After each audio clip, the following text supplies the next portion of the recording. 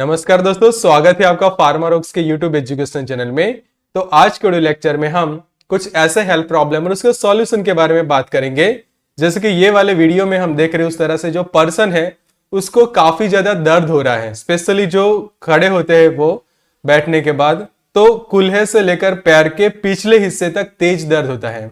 Specially जो पीछे का भाग होता है और जो हमारे लेग्स का भाग होता है वहां पे उन्हें काफी ज्यादा जो है वो दर्द महसूस होता है। फिर ये दूसरे वीडियो में हम देखें तो जो पर्सन है उसको चलने में काफी दिक्कत आ रही है, क्योंकि ये जो दर्द है वो कमर के पिछले हिस्से से लेकर पैरों तक पहुंचता है और चलने में किसी का सहारा लेना पड़ता है।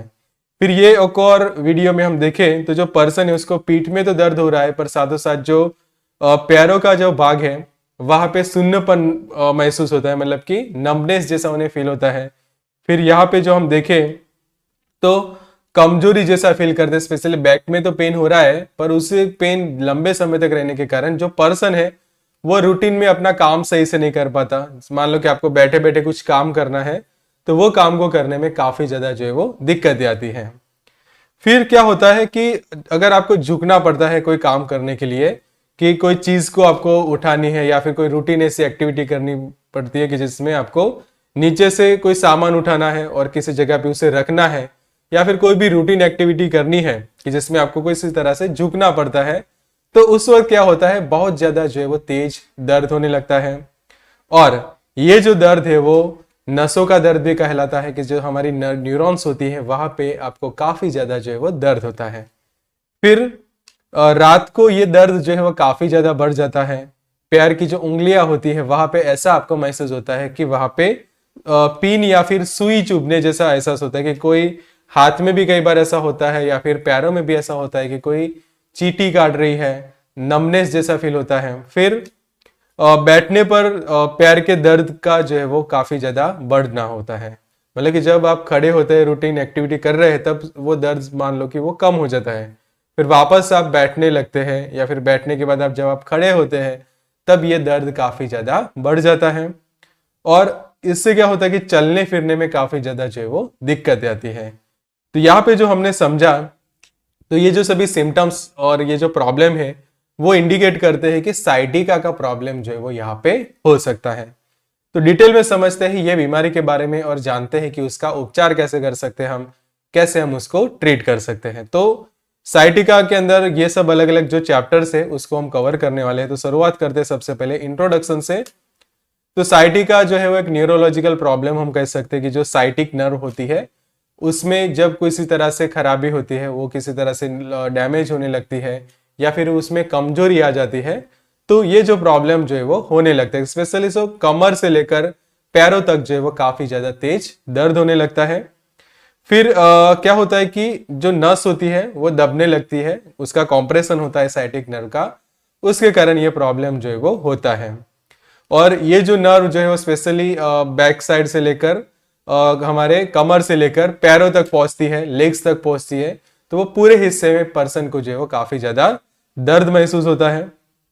तो यहाँ पे जो हम देख रहे हैं डायग्राम के अंदर इस तरह से होता है कि ये आप देखो कि कॉम्प्रेस हो जाता है नर्व रूट, की जहां से ये जो न्यूरॉन यहाँ पे डेवलप है, तो वो एरिया जो है वो क्या हो जाता है कि वहां पे वो नस जो है वो दब जाती है।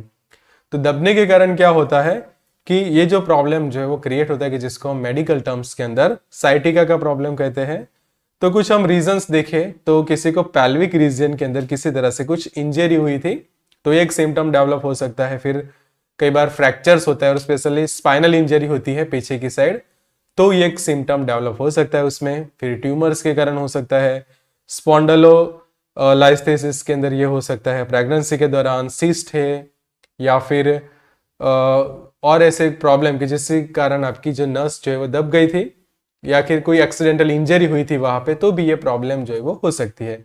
अब सिम्टम्स देखें तो ऑलरेडी हमने आगे ये सिम्टम्स डिस्कस कर लिए कि सुई चुभने जैसा कई बार होता है, पेन होता है, नमनेस हो जाता है, टिंगलिंग जैसा फील होता है, चलने फिरने में मुश्किल आती है, और जब कोई पर्सन बैठता है तो खड़े होने में दिक्कत आती है, खड़े खड़े कोई काम करने में या फिर झुक कर काम करने में काफी ज्यादा दर्द होने लगता है, और स्पेशली ये दर्द जो है वो लंबे समय तक भी चल सकता है। तो यहाँ पे मैं वीडियो के बीच में आपको बताना चाहूंगा कि जो हमारी जो बुक है, जो न्यू लॉन्च बुक है डिसीज एंड ट्रीटमेंट, वो बुक आप जरूर से परचेस कर सकते हैं। कि यहाँ पे जो आप वीडियो में भी देख रहे हैं और मैं यहाँ पे ये बुक को भी आपको दिखा देता हूँ कि यहाँ पे जो हमारी ये जो बुक है डिसीज एंड ट्रीटमेंट, तो मल्टी कलर्ड बुक है ये। बीमारियां और उनका उपचार सीखने के लिए बुक आपको काफी ज्यादा यूजफुल साबित होने वाली है। कि जैसे आज यहाँ पे हम ये साइटिका का सीख रहे हैं, ऐसे बहुत सारी बीमारियों के बारे में डिटेल में ये वाली बुक के अंदर दिया हुआ है। तो ये उसका आप इंडेक्स देख सकते हैं और ये वीडियो में भी देख सकते हैं। तो ये बुक को आपको लेना है, परचेस करना है, तो यहाँ पे जो नंबर दिया है वो नंबर पे आप हमें व्हाट्सअप कर सकते हैं। वीडियो में आगे बढ़ते हैं और समझते हैं कि ये जो प्रॉब्लम है उसका निदान कैसे हो सकता है, डायग्नोसिस कैसे हो सकता है। तो सबसे पहले फिजिकल एग्जामिनेशन से पता चलेगा कि पेशेंट को चेक किया जाता है सही से, फिर उसकी मेडिकल हिस्ट्री चेक की जाती है, या फिर उसको क्वेश्चंस किए जाता है कि जिससे एग्जैक्ट आप रीजन पता लगा सकते हैं। फिर एमआरआई या फिर सीटी स्कैन किया जाता है, फिर ब्लड टेस्ट भी किया जाता है। और क्योंकि कई बार क्या होता है कि किसी को डायबिटीज है, उसके कारण भी न्यूरॉन्स वीक होने लगती है, तो उसको भी कई बार साइटिका का पेन जो है वो होने लगता है। तो ब्लड टेस्ट किया जाता है कि जिससे पता चले कि ब्लड में शुगर वगैरह क्या है, कितनी शुगर की मात्रा है, और भी कोई इन्फेक्शंस वगैरह हो तो उसके बारे में भी पता लगाया जा सकता है। अब समझते हैं ट्रीटमेंट के बारे में। तो ट्रीटमेंट में योगा कर सकता है patient, meditation, physiotherapy, healthy diet लेना चाहिए, हेल्थ सप्लीमेंट्स और मेडिसिन के ऑप्शन रहेंगे। तो सबसे पहले तो क्या होता है कि आप डायरेक्टली मेडिसिन लेने से पहले आपके फिजियोथेरापिस्ट को भी कंसल्ट कर सकते हैं कि जो आपको कुछ अच्छे एक्सरसाइज बताते हैं, कि स्पेशली योगा के अलग अलग पोज होते हैं, उससे भी साइटिका के पेन में जो है वो आपको राहत मिलती है। तो आप अच्छे से ट्रेनर को भी विजिट कर सकते हैं कि जो आपको योगा मेडिटेशन के लिए अच्छे से ट्रेन करे, और साथों साथ फिजियोथेरापिस्ट को भी पर्सन जो है वो विजिट कर सकता है। अब समझते हैं मेडिसिन के ऑप्शन के बारे में। तो कौन सी दवाइयों के ऑप्शन यहाँ पे रहते, तो हमने आगे एक रीजन देखा था कि न्यूरॉन्स का वीक होना, और साथों साथ हमने देखा था न्यूट्रिशनल डेफिशिएंसी। तो कुछ ऐसे न्यूट्रिशंस होते हैं कि जो हमारी न्यूरॉन्स की हेल्दीनेस के लिए जरूरी होते हैं। जैसे कि यहाँ पे मैकोनर प्लस करके जो कैप्सूल है, उसका आप कंटेंट अच्छे से देखो तो उसमें मिल जाएगा आपको मैकाबोलामाइन, यानी कि विटामिन B12 उसके अंदर प्रेजेंट है, अल्फा लिपोइक एसिड है, और दूसरे अलग विटामिन है। तो ये जो विटामिन क्या करते हैं कि जो न्यूरॉन्स की हेल्दीनेस के लिए जरूरी होते हैं, और वो न्यूट्रिशनल डेफिशिएंसी धीरे धीरे आपकी जैसे क्योर होने लगती है, तो साइटिका का दर्द भी कम हो जाता है। फिर दूसरा ऑप्शन बनता है कि मान लो कि मैकोन और फॉट आपने ली, उससे भी ठीक नहीं हो रहा, तो दूसरा मेडिसिन का ऑप्शन बनता है, ये है विटामिन B कॉम्प्लेक्स की टैबलेट विद B12। उसका एक ब्रांड है ऑप्टीन्यूरॉन फॉट करके, की जो ल्यूपिन फार्मास्यूटिकल्स बनाते हैं, तो उसका भी डोज खासकर रहता है 1 टैबलेट पर डे। फिर तीसरा ऑप्शन यहाँ पे बनता है न्यूरोबियन फॉट के टैबलेट का, तो ये भी पर्सन ले सकता है। फिर चौथा ऑप्शन है न्यूरोबियन प्लस के टैबलेट्स का, तो ये भी ली जा सकती है। फिर पांचवा ऑप्शन हम देखें तो मैक्सी के जो कैप्सूल्स आते हैं, कि जिसका डोज रहता है 1 कैप्सूल पर डे, और लंबे समय तक ये ट्रीटमेंट थेरेपी चलती है, कि जिसका कंटेंट हम देखें तो गामा लिनोलिक एसिड है, मैकोबोलामाइन है, और विटामिन C जो है उसके अंदर प्रेजेंट है।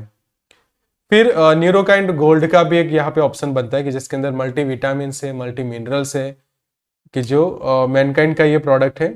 उसके बाद नेक्स्ट हम देखें तो उससे पहले मैं वापस आपको बताना चाहूँगा कि जो हमारी बुक है वो आप जरूर से परचेस कर सकते हैं। काफ़ी ज़्यादा आपको सीखने को मिलेगा ये बुक में से, और अफोर्डेबल प्राइस में अभी हम ये बुक आपको दे रहे हैं। और पूरी जो बुक है वो कलर है, जैसे आप यहाँ पे भी ये वीडियो में देख रहे हैं उस तरह से सभी पेजेस जो है उसके कलर है, मल्टी कलर बुक है, डायग्राम्स अच्छे से कलर दिए है, तो आपको सीखने में और पढ़ने में काफ़ी ज़्यादा अच्छा लगेगा।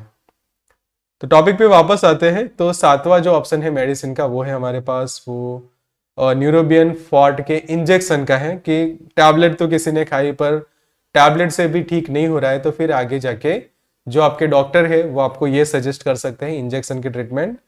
तो उसमें एक और ऑप्शन रहता है न्यूरोकाइंड गोल्ड का भी ऑप्शन रहता है।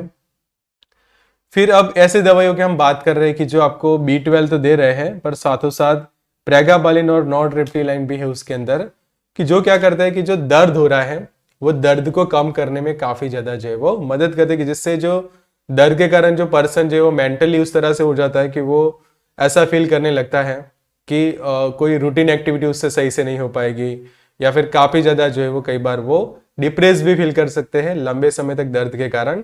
तो वो प्रॉब्लम सॉल्व करने के लिए रेसनर प्लस टैबलेट जो है वो काफी असरदार साबित होती है। तो ये भी प्रिस्क्राइब की जाती है साइटिका के प्रॉब्लम के अंदर।